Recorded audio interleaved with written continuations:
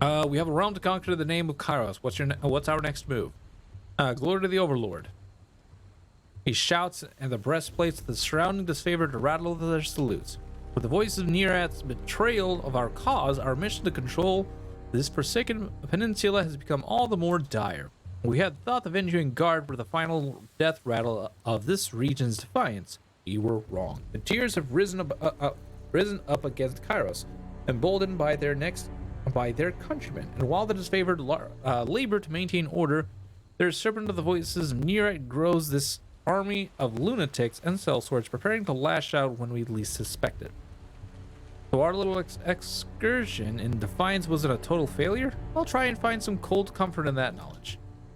I can only imagine that the voices is driving his gang mad with plots to storm this fortress.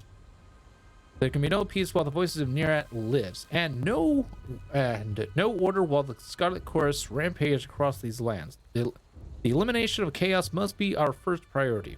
Then we will have our time to govern the tiers as Kairos intended. Can I depend upon your support against the Scourge? Tell me more of the Tiers Uprising. I try not to bother myself with the details. These objectors will be dealt with and forgotten soon enough. I know of the Unbroken, a group of former stalwart miscreants that arose the Black Grave, arming themselves with a misguided sense of national pride. Beyond them, the dissident element of their fallen realm interests me little. What would you have me do? Our position of authority in the Blade Grave is far from secure. We need to establish ourselves in the region in order to cultivate our strength for the battle to come. As soon as I am confident in our chances, we will depart this realm and wipe the chorus threat from the face of Terratus. Huh. Only things were that easy. Anyways, the Unbroken, former daughters and sons of Stalwart, affects our efforts to secure this region. The Edict of Storms offers them cover.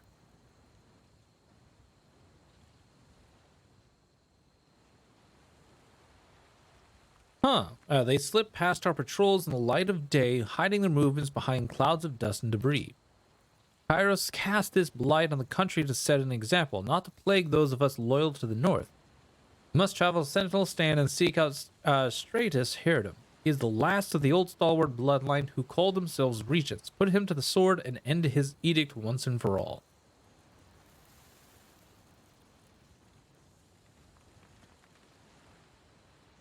Who's Stratus?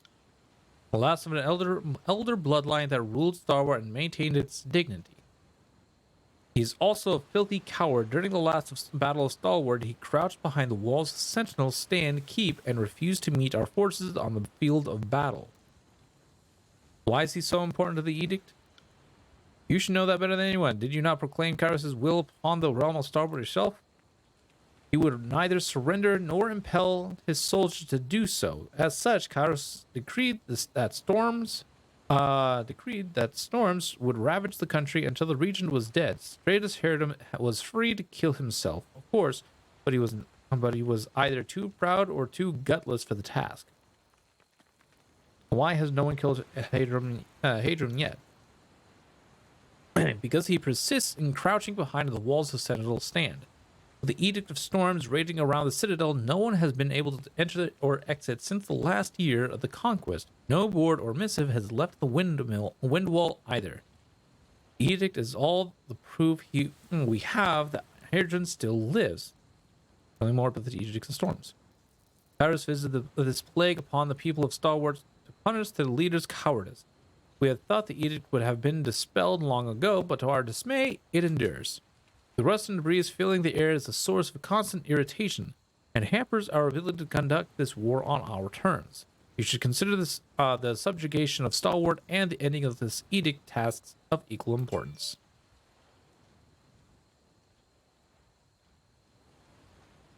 I understand what must be done. I'll make for the Blade Grave at once. Find the last regent, kill him, end this edict of storms, and staunch this seeping wound of rebellion once and for all. The downfall of the Unbroken and the old regent will send a message to the tiers. Our rule is absolute.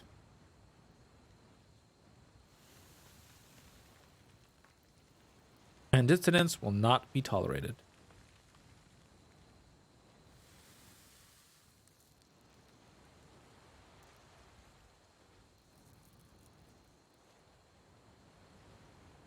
Consider it done. Now, there is one final matter to discuss. My daughter went missing in the second year of the conquest. I have reason to believe she is trapped in the fortress of Sentinel Stand. If you can find Amelia, bring her home to me. How do you know she's in Sentinel Stand? It is the one location in all of Stalwart we cannot reach. If her detachment of soldiers was taken captive, she would have been placed beyond my power. No doubt for the southern wretches to use for negotiation. Tell me about Amelia. She has her father's stubborn persistence.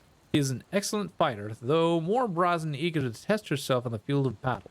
I have objected to this disposition in the past, but it seems as integral to her being as the very breath she draws.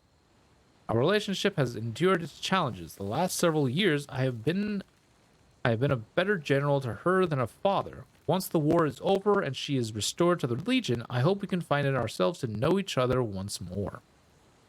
What makes you think she's alive? We have traveled together through this fallen, corrupted land.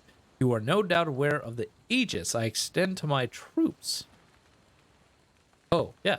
It is the boon I grant my northerners for loyal service and devotion to our shared cause. As my army feels my guardianship, I am keenly aware of them in turn. Their concern, their pain. It is my burden to carry as their leader. Amalia is alive. I have woken at night in cold sweat. My bile rising with violence. What torment she suffers at the hands of those stalwart animals is a mystery. I only want her restored to heal in the company of the Legion.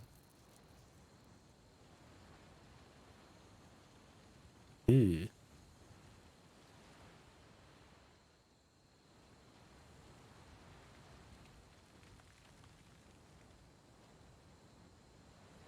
Could she have willingly abandoned her duties? As her father in general, I am ashamed you would even ask it. I hold my soldiers to a standard that would seem impossible to the rabble the court sees on a day-to-day basis. My daughter is no exception. Right?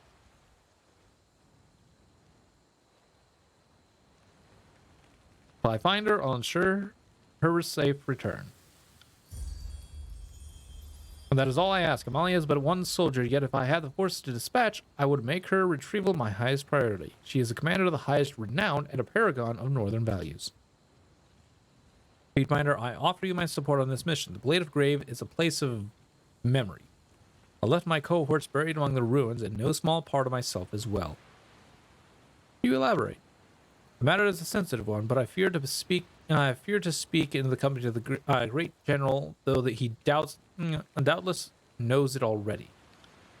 Speak on, son of Eric Onan. Nothing I've seen you accomplish in the field has diminished you in my eyes, and I know my soldiers as well as I know myself.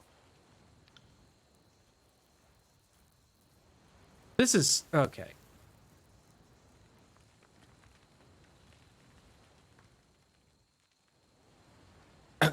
Okay.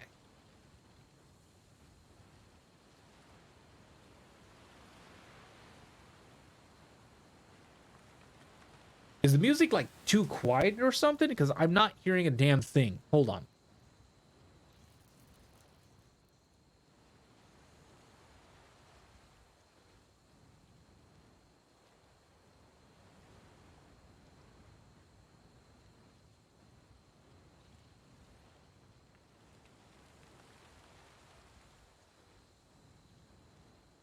There's just no music at all.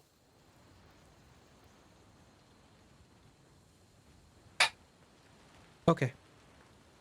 That's my biggest gripe about this game right now. My biggest gripe. That is the fact. Okay, the two biggest gripes right now is. I know I'm only like 10 hours into this game or something like that. 10 hours. Oh no, I'm about 20 hours in.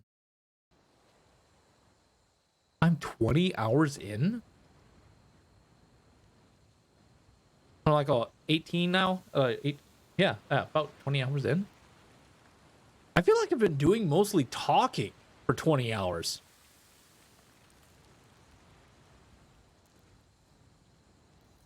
I'm not gonna lie. At the beginning of the game, there was a decent amount of, at least a decent amount of combat. But now I'm at the point where it's just like, okay, talking. I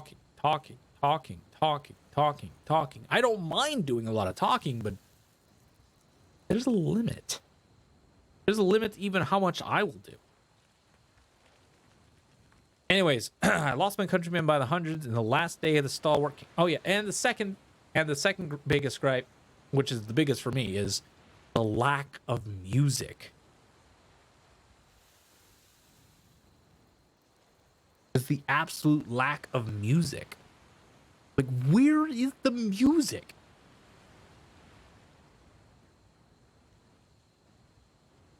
Obsidian, come on. This might have been one of the things that really got it, got people to dislike it, because it's just an entire lack of music.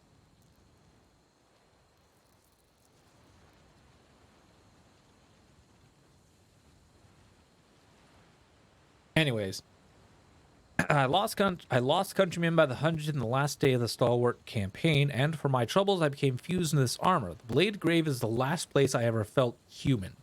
That is all I will say about it now. The last Battle of Stalwart was a terrible time, perhaps most of all for you who survived. I mourn those we lost and recite their names often during the morning drills. We cannot restore their broken bodies to the north, but we can remember them as they were. Anyways, is that all? Your manner has changed. Gain 20 lore skill point experience. Beric stands straighter, and for a moment you can't tell if he's going to lash out or crumple into himself. You are prepared for anything. After a long pause, his soldiers sagged to the slightest bit. My cohort marched on Sentinel's stand to complete a mission. We failed. The walls of the keep defied us, and the last region of Stalwart refused to meet us in battle. The coming of Kairos' edict cut us off from our objective. Because of this, the Blade of Grave is also a place of regret.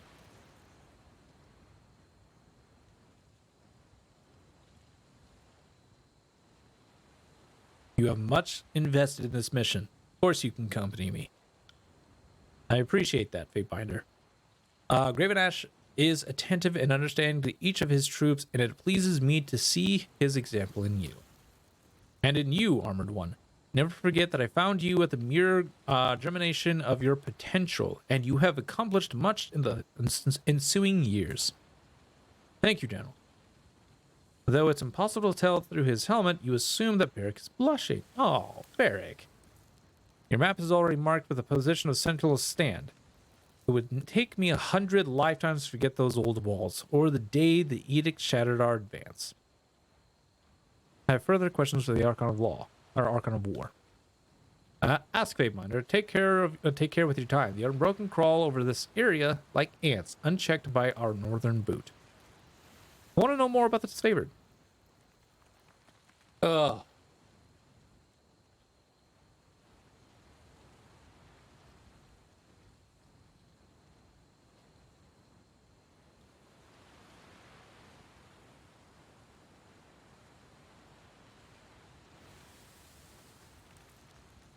I'm not gonna lie. I mean, I talked a lot in Pathfinder Wrath of the Righteous. Let me think. Okay, so the last fight we had was at the Spire. Well, we had one more fight. But other than that, it was talking, more talking, more talking, more talking.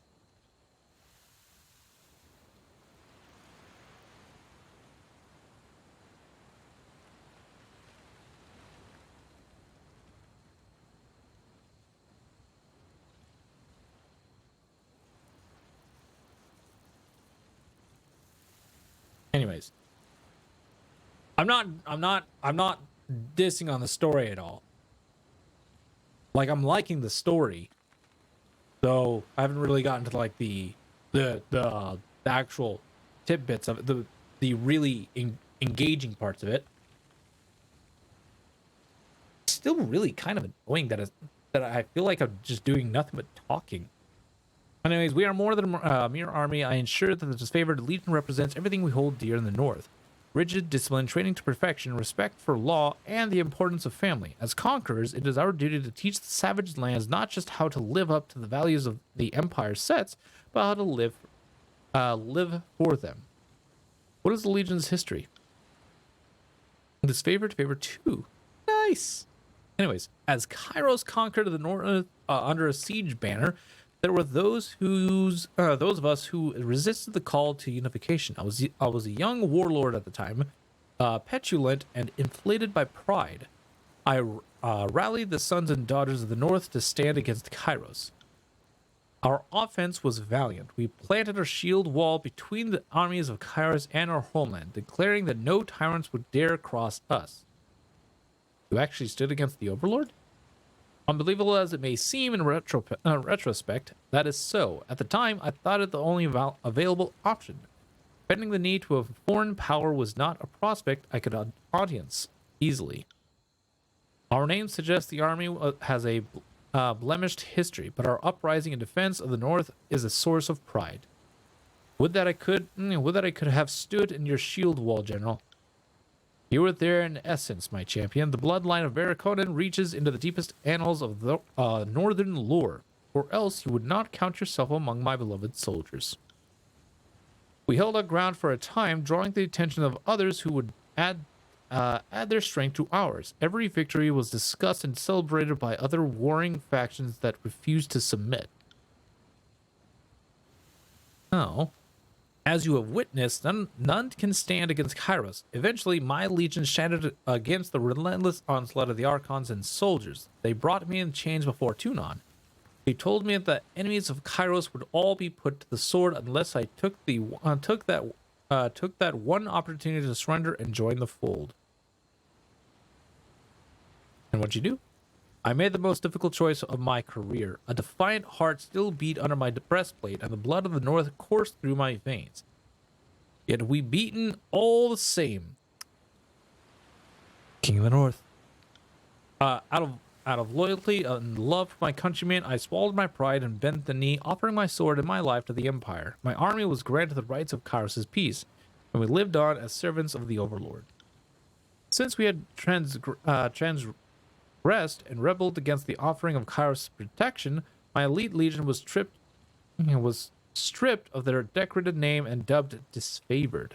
A mocking reminder of our past crimes. Even as we stand above all others in the ways of war, we struggle to earn back Kairos' favor. Every soldier in my legion descended from those who stood with me during the rebellion. I keep them close to me because they were the finest northern stock, and their continued lineage is a reminder of Kairos' mercy. That goes for you as well, child of the North. By your unwavering loyalty and respect for our heritage, you are beloved in my eyes. Sting. Oh, verse. I hope you don't expect me to listen to this sentimental drivel much longer. You sound jealous first. Maybe you just don't know how it feels to be favored by an Archon. Nor would I want to. If the voices of Nira takes interest in you, that's one step closer to having your skin flayed and soon into his tent. Ooh. Wow. And tell me of the units. Most of the Legion is made of I will say though, it is my choice to go on with talking. But I'm one of those guys that will go through the entire dialogue, as much of the dialogue as possible. Because I have no issue with going through dialogue at all. Because I actually want to know about the story, I want to know about the lore, and all that.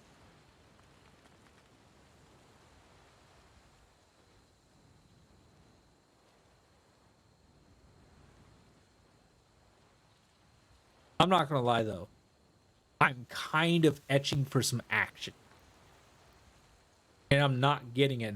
I've been streaming I've been streaming 2.5 hours now, over 2.5 hours, and I haven't gotten any bit of action.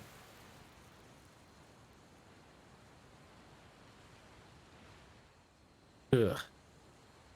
It's just been talking.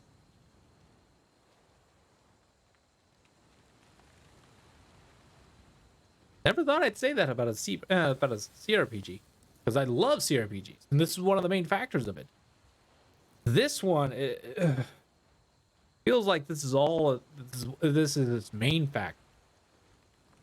It's like driving factor is its dialogue, not really its action. Kind of. Like I said, even I have my. Anyways, most of the Legion is made up of stone shields. They are the bricks in our shield wall. The Iron Walkers are the trained and efficient killers who branch out from behind the phalanx to fight among the enemy ranks. Crescent Runners are the fleet-footed light infantry who bait the enemy into a premature attack. The Oathbound are specialized scouts and advanced infantry. Then there are the Iron Guard, tempered in the forge of war, armored to survive any blow, and commanders of surpassing skill. The only other units are my Earthshakers, the former mages of Cairn, who command avalanches and harness nature's fury to our ends. You regard the Southerners with great severity. Oh, do tell. Eb's eyes alight with excitement. Do we smell bad? Is it the accent? The Legion takes hatred of the Tearsmen and elevates it to an art form. Just what exactly did we do to offer such offense? The South has squatted in willful ignorance of Kairos' superiority for so long that they don't deserve my respect. As the rest of the Empire coalesced into a united shared culture, the Tearsmen prided themselves as distinct. We looked on them from afar with nothing but scorn. All that I see in the Tears confirms my bias. There is lawlessness, neglect, corruption, infighting, everything the vaunted North has disposed of through superior breeding and culture.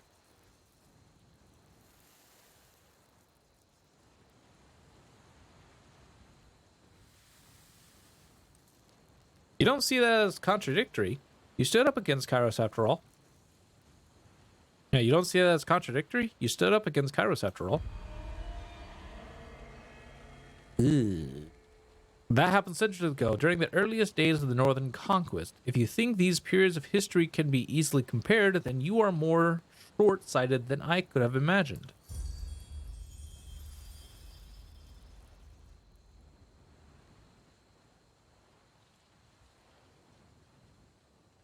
I like what you did here, but one of these days we should sit down and discuss how you talk to an Archon. It begins and ends with like this. Don't piss off an Archon. I'm ready to have that conversation. Oh, wait. That's more conversation. Ugh.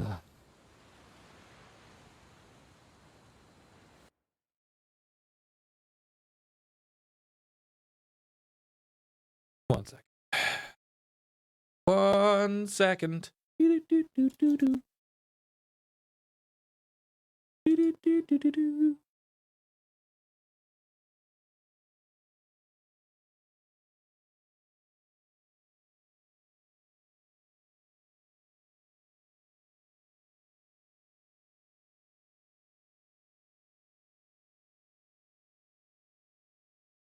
Really? It's only that long?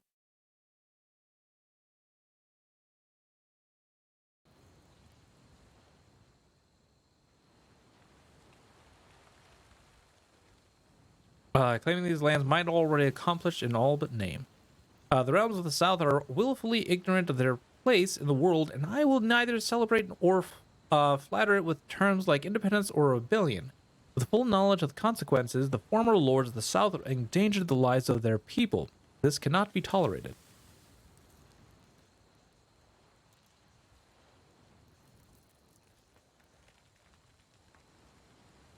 Understandable.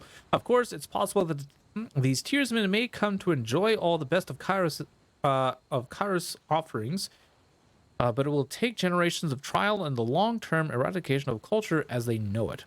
A worthy pursuit by any standards. Nice to hear the general confirm it. The Tearsmen are naturally defiant folk, and you'd have to silence our ways for generations to shake the courage and the tenacity out of our blood. Keep talking, Tidecaster. You can join your friends in one of the many mass graves that litter the realm.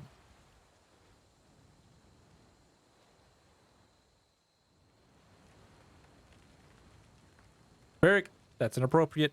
Ebb was just stating an opinion.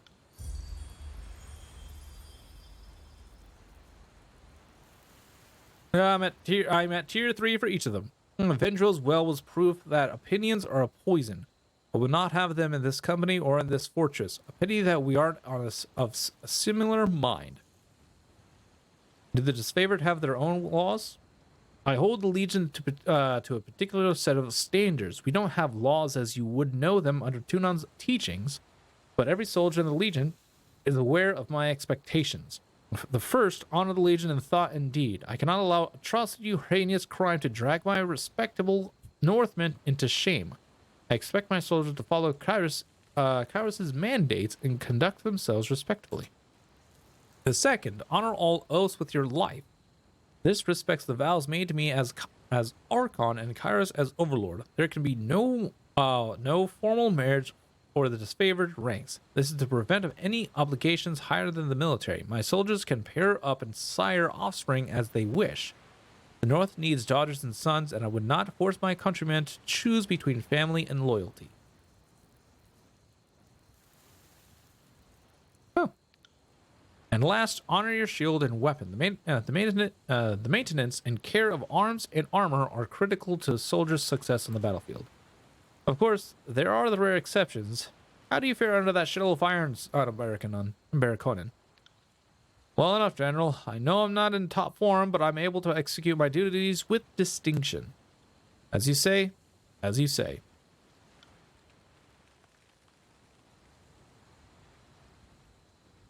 Can I just come back to this?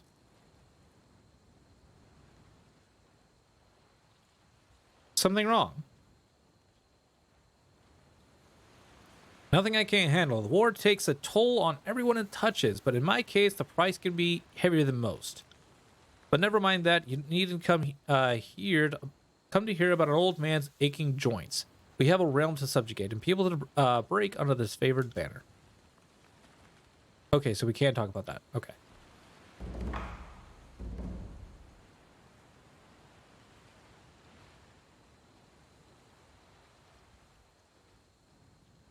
Ash stares into space and worries his beard with both hands. The reflexive action seems to bring him comfort, though the ferocity of this gesture strikes you as unhealthy. Archon? He blinks and turns to you with a look of recognition. Ash clears his throat and sets his stance in a composing, confident manner. Fated Minder, I hope you come with good tidings. Iron Hearth may be our home in the tiers, but my heart longs for the north. You look distracted for a moment there. The war leaves me preoccupied. I cannot worry enough about the safety of my soldiers. Every outpost, every detachment is a cohort of daughters and sons who I would bring home at once. You looked like you were in pain.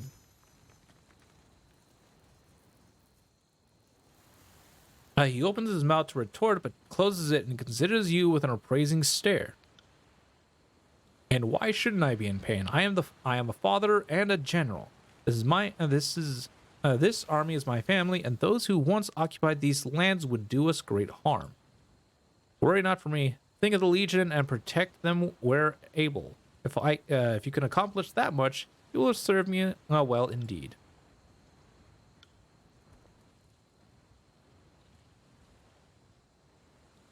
You see, comes from me, and why wouldn't you? True wisdom comes from an awareness of one's limitations, and I have much to impart. Okay. Ugh.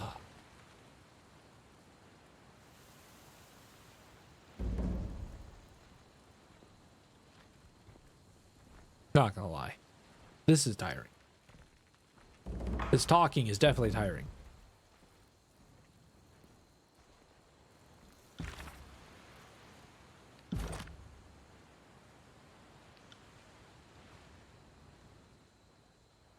Nice.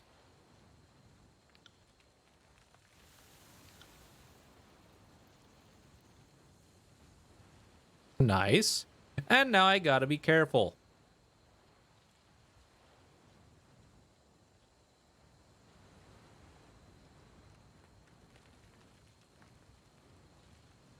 Now I gotta be real careful.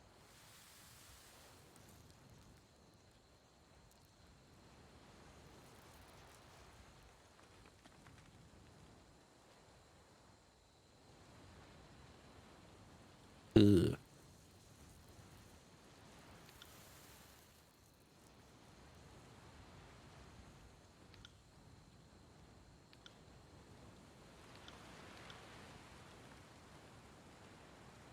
Huh.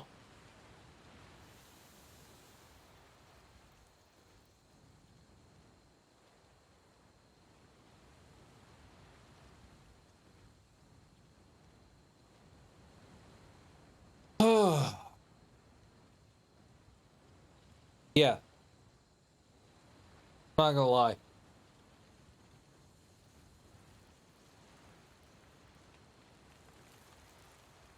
Not gonna lie.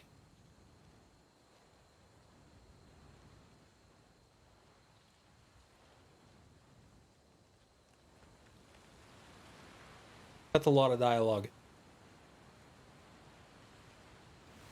In over 2.5 hours. 2 hours and 45 minutes. Something like that. 2 hours and 40 minutes. Something close to that. That's a lot of dialogue. That's a lot of damn dialogue. You'd think I'd be used to this. I think this is a lot more dialogue than Pathfinder was in the first 20 hours. Ugh. At least in Pathfinder, I could actually like stop, go. Here it's dialogue. Okay. Do I skip this? I don't think I can. All right, going forward. But yeah, at the same time, I do it to myself because I like exhausting dialogue. Because normally, once I get done at exhausting dialogue, I can just go on with playing the game. In this case, it's real. There's a lot of dialogue to exhaust. So here we go. More dialogue. Anyways, I want to ask you about the rebellion against Kairos. You are right to be curious about our history, but it concerns me that you would speak of rebellion. The battles of the past are centuries cold and hard as iron. The uprisings of the past might... Music!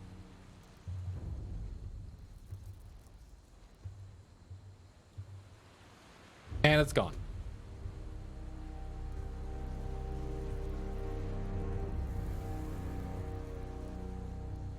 Not sure if that's gonna keep perking my interest though.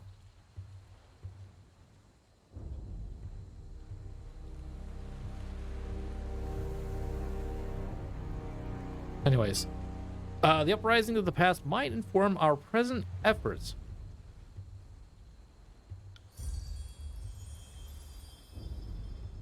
They might at that. None of the squalling tearsmen hold a candle to my efforts, but I would rather you marched forth understanding your enemy than not. So, what do you want? So you want to hear how I decimated the armies of Kairos, built my legion around northern valleys, and achieved a measure of power. It's true that I accomplished much as a northern warlord, but my life began in earnest under the overlord's tutelage. Who did you defeat during the rebellion? I defeated Blood Echo, the Archon of War at the time, by leading him into a trap. He must have been so consumed by the fury of the hunt that he overlooked a bit of hasty misdirection. Even the execution of that foe was nothing compared to the victory I would win later. Oh my god, finally. Okay, it's getting a little bit different now. Thank you, game, for giving me some music. Pretty soon that's gonna die out, isn't it? Even the execution of the foe was nothing compared to the victory I would win later. I also defeated the voices of Nerat. Strange to imagine that happening so many years ago, and here we are again. My legion nearly destroyed the Scarlet Chorus. Humiliated them, in fact. I suspect the Archon of Secrets is still licking his wounded pride. I wonder if he would remember the conflict differently, or at all for that matter. The voice has a long memory but a short attention span. His soldiers are disposable and unloved as anything can be. The voices holds his pride and satisfaction in higher regard. He's crafty enough that nothing can wound him deeply, though I seem to have earned the distinction. What was it like to assume the Archon of War's mantle? Well, at first I was unaware that I had assumed any power beyond my normal authority. It might seem obvious now, but war tends to confuse such things. I had no desire whatsoever to claim or accept such responsibility under Kairos. It took years for me to fully come to terms with my own surrender and subjugation, but if I was meant for any title in the honored hierarchy of Archons, war seemed to an appropriate one for me. In truth, I think of myself more as a general and a father. Tell me of fighting the Archons. We won many battles against the Archons. Though we did the most damage against the voices of Nereid, he was by no means the only Archon to assault our shielded wall. When the Archon of Entropy tarnished our weapons, we fought with wood. When the Archon of Sorrow sapped our fervor, we rallied around Songs of the North. I dismantled their offensives, even though I lacked an Archon's education or experience. No doubt this is one of the reasons then Kairos singled me out to join the ranks. How did you rise to power? The tale is bound to the rebellion itself. I always inspired loyalty and devotion in my soldiers, but as the years wore on, I grew to love them in turn. Every stone shield is as dear to me as a blood relation, and I would go to any lengths to see them succeed. As we know all too well, General. When we stood tall against Kairos, the women and men of my legion trained harder, much farther, and endured more than even I had taught them. We were unstoppable. The soldiers credited me this new advantage. I had given them my total commitment, and they felt protected and strengthened by my presence. At first, I thought it merely their nature to look to their leader for courage, but anyway, they were the first to discover the truth. You mean your Aegis? You mean your Aegis? Is it Aegis or Aegis? Huh. You clearly paid attention during the conquest. My Aegis, as it comes to be called, covers my loyal soldiers in a protective shroud. They also have 10 times the endurance and coordination of a standard army, and shrug off lethal blows without incident. At first, I attributed the performance of my legion to their training and breeding, but soon it became clear that something greater was afoot. I suspect this redoubled Kairos' interest in me. The power of an Archon is something to be nurtured or stamped out in accordance with Tunon's judgment. Once the forces of Kairos viewed my influence over the troops as a demonstrable threat, they resolved to put an end to my defiance once and for all. They sent every army they could spare after us, all but sacrificing the Scarlet Chorus in the process. Eventually, as all detractors do, even I fell. What happened next? They dragged me to Tunon's court in chains. I killed a dozen guards on the journey. If I was to be shackled for the Overlord's delight, I would pay back the indignity in blood. When I knelt before the abjugator and felt the force of his judging stare, my temper cooled, turning from anger to fear. That's about how I imagined Aerie would have coped had she been taken in chains. Tunon offered me the terms of my own sentence. If I walked the path of insubordination, then the lives of my soldiers were forfeit. If I bent the knee to Kairos, an opportunity that would not present itself twice, then I could continue to serve my legion as their Archon. It was a difficult choice, but not so trying that it paralyzed me.